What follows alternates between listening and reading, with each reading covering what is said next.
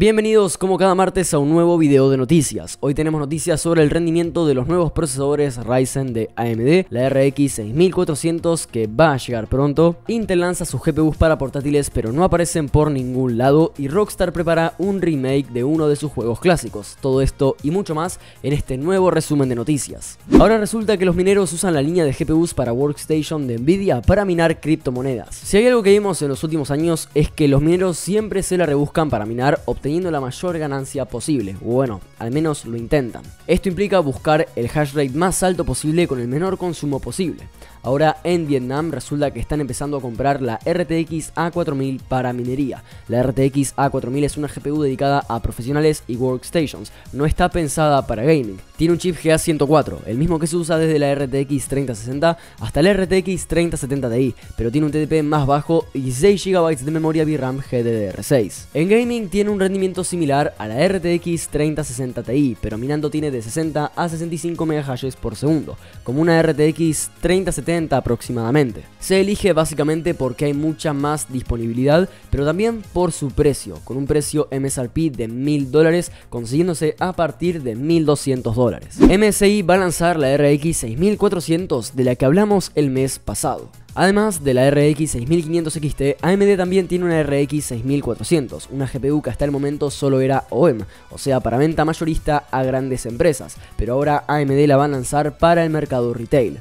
El modelo filtrado de esta nueva tarjeta gráfica para la venta minorista es el MSI Aero ITX, un modelo que, como te conté antes, está empezando a venderse en países como China, Singapur e incluso Argentina días antes de su presentación oficial. Recuerden que esta GPU tiene 4 GB de memoria VRAM GDDR6 y debería tener un precio MSRP mucho más bajo que la RX 6500 XT.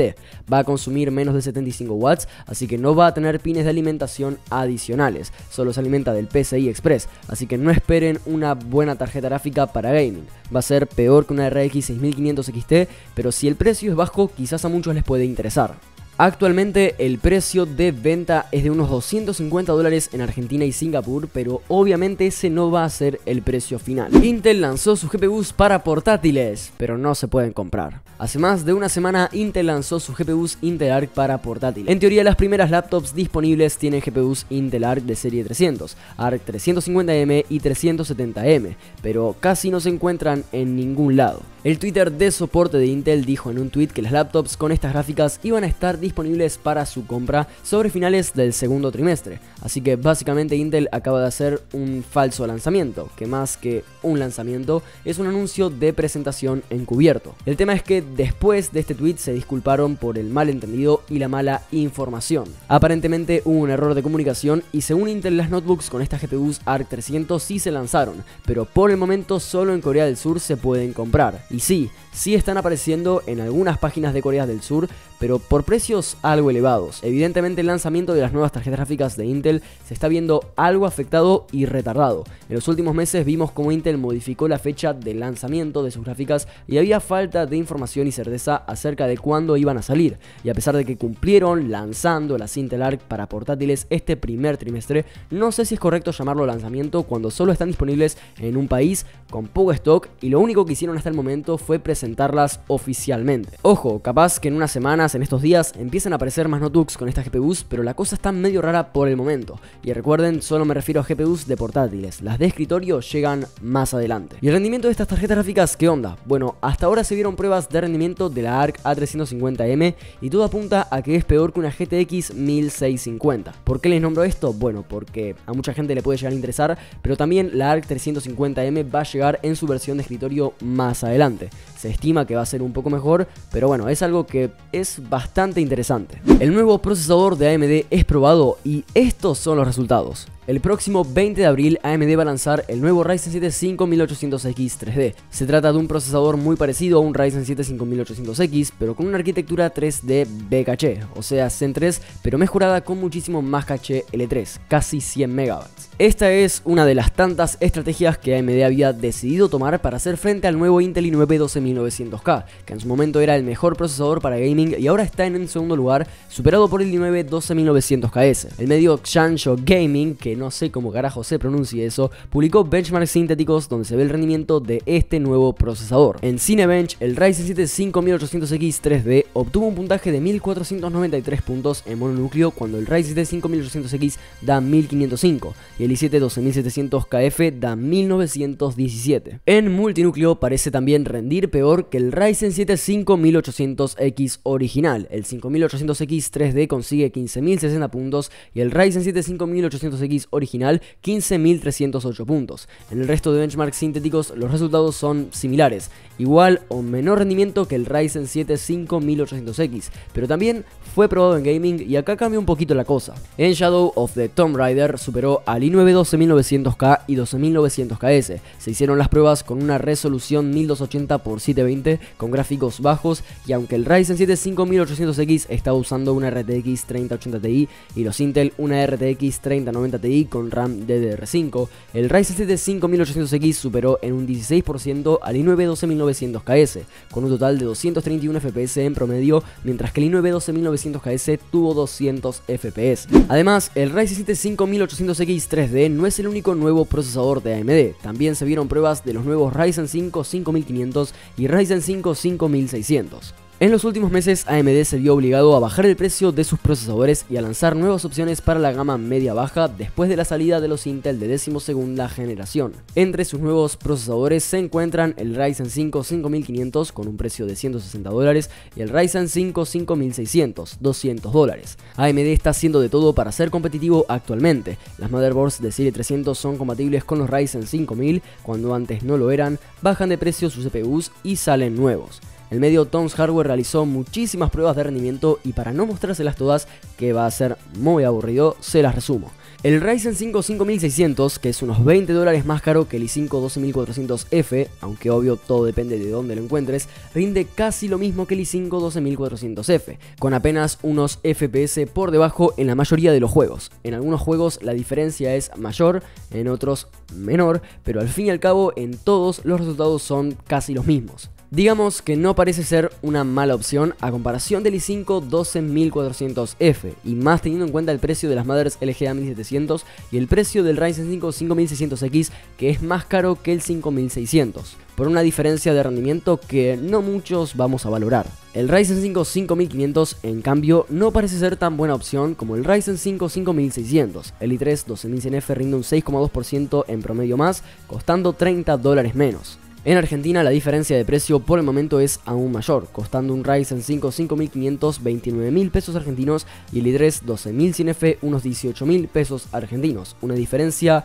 bastante grande. Si pasamos a las pruebas en Cinebench, el i3 12100F supera ampliamente los Ryzen 5 5500 y 5600 en mononúcleo, y en multinúcleo el i5 12400 sigue siendo superior. A AMD le está costando bastante últimamente impactar en la gama baja, pero es algo lógico, ya que estos nuevos procesadores con una arquitectura de 2020 están compitiendo con una arquitectura nueva de Intel, así que estos resultados son de esperarse, y aunque Intel sigue siendo superior, no está tan mal por parte de AMD.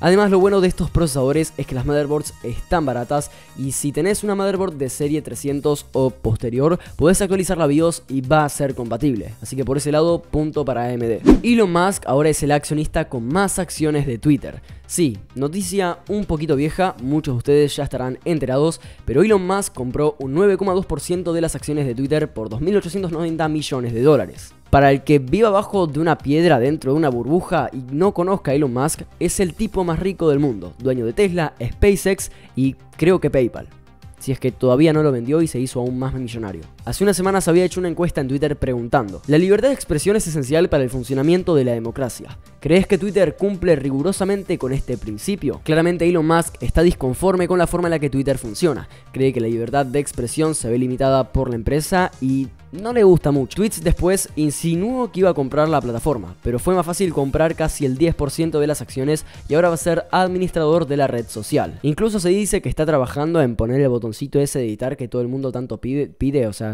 si te equivocas en un tweet, lo borrás y lo editas de vuelta y lo volvés a publicar, no rompa los huevos. Rockstar va a lanzar remakes del Max Payne 1 y Max Payne 2 para PlayStation 5, Xbox Series S, X y PC. Aunque acá en este canal nos interesa más que nada el hardware, nunca está de más una noticia sobre gaming. El primer Max Payne del año 2001, el Max Payne 2 y The Fall of Max Payne del año 2003 fueron juegos desarrollados por la empresa Remedy y publicados por Rockstar. 9 años después del primer título, Rockstar Games desarrolló y publicó el Max Payne 3. Resulta que años después, o sea, en este preciso momento, Remedy se acerca a Rockstar con la propuesta de desarrollar remakes de las dos primeras entregas. Sí, remakes, no son remasters. Nos emocionamos cuando nuestros viejos amigos de Remedy se acercaron a nosotros para rehacer los juegos originales de Max Payne. Somos grandes fanáticos del trabajo que el equipo de Remedy ha creado a lo largo de los años y estamos ansiosos por jugar a estas nuevas versiones. Estas fueron las palabras de Sam Houser, CEO de Rockstar, acerca de la propuesta de Remedy. Recién está empezando el proyecto, pero se puede esperar algo grande, ya que Rockstar va a financiar los remakes con un presupuesto en línea con una producción típica de juegos AAA. Lo que se sabe hasta ahora es que ambos van a formar un solo juego, algo así como GTA The Trilogy, y se va a usar el mismo motor gráfico que se usó para Control, así que las expectativas son bastante altas. La RTX 3090 Ti parece rendir bastante bien con su consumo limitado. Hace unos días la RTX 3090 Ti fue noticia porque es la última GPU de Nvidia, es la más reciente y la más poderosa de la serie RTX 30. Llama bastante la atención que, costando un 35% más que una RTX 3090 original, al menos hablando del precio MSRP, no representaba una mejora tan grande. Y debido a su alto consumo, con un TDP de 450 watts pero capaz de llegar a consumir 500 watts, generó bastante polémica. Hay una teoría que, bajo mi punto de vista, es cierta, que dice que la RTX 3090 Ti no fue más que una prueba piloto para empezar a implementar el cable PCI Express generación 5.0 de 16 pines en fuentes de poder y bueno, ir probando con tarjetas gráficas de alto consumo, ya que las RTX de serie 40 se ve que van a consumir demasiado. En pruebas en 4K, la Nvidia GeForce RTX 3090 Ti con un límite de potencia de 300 watts ofrece casi el mismo rendimiento que la RTX 3080 Ti, con un consumo un 6% menos que la RX 6800 XT y siendo un 16% más rápida, y la RX 6900 XT consume 100 watts más. En estos gráficos podemos ver cómo sigue superando a la RX 6900 XT a pesar de tener ese límite de potencia. Esto convierte a la RTX 3090 Ti en la GPU con la mejor relación watt promedio de consumo por FPS otorgados, un valor al que lógicamente no le vamos a dar bola, pero que muestra que esta GPU tampoco necesita consumir esos 450 watts que creíamos. Como les digo, para mí esto es una movida de prueba de implementación de los nuevos cables, así las RTX 40 nos llegan sin un aguante desde las propias fuentes de poder, y mientras tanto van tanteando el terreno. Hasta acá el video, muchas gracias por quedarte hasta el final. Por acá te podés suscribir a mi canal, por acá podés ver el resumen de noticias de la semana pasada y nos vemos el martes que viene. Chao.